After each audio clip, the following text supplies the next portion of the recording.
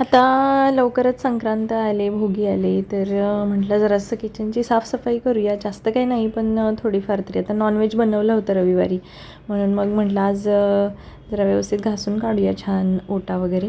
मग त्याचीच तयारी चालू होती. भावाला झोपवलं आणि मग मी माझ्या बाकीच्या कामाला लागली. बाकीची सगळी कामं करून घेतली आणि मग ओटा घासायला घेतला. तर खूप चिकट झालं होतं, कारण मध्ये आता 8 दिवस आम्ही गावी गेलो होतो आणि त्याच्या आधी 8 दिवस मी आजारी होते. त्याच्यामुळे त्या ओट्याकडे ना माझं असं लक्षच नव्हतं की छान व्यवस्थित घासून वगैरे क्लीन करावं, असं म्हणजे झालंच नव्हतं. आणि गावाकडनं जाऊन येऊपर्यंत पण त्याच्यावर खूप धूळ साठली होती. आजूबाजूच्या बरण्या असतील हे सगळं, म्हणून म्हटलं आज व्यवस्थित जरा स्वच्छ करून घेऊया. आणि भावार्थ झोपलेला म्हणून मी हे करायला घेतलं, पण तोपर्यंत म्हणजे तो माझ्याच आवाजाने उठून आतमध्येच आला डायरेक्ट. तर म्हटलं चला जेवढं होईल तेवढं होईल, करून घेऊया.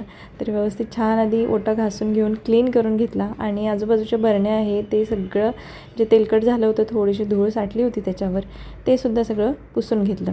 आता आपल्याला माहिती असतं की ही जी स्वच्छता आहे किंवा ओटा आपण क्लीन करून ठेवतो ते जास्त काळ टिकणारं नसतं, कारण दुपारच्या जेवणानंतर आपण पुसतो आणि परत संध्याकाळी त्याच्यावर जेवणं केली जातात आणि परत होता तसा ओटा होतो. पण एक मनाचं समाधान म्हणून आणि आपल्याला जरा छान वाटतं म्हणून आपण ही स्वच्छता करतो.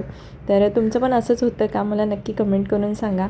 आणि ओटा क्लीन झाला ना की पुढचं जे जेवण आपण बनवणार असतो ओट्यावर, तर ओटा स्वच्छ बघितला की मग जेवण करायला पण उत्साह येतो, काम करायला पण उत्साह होतो.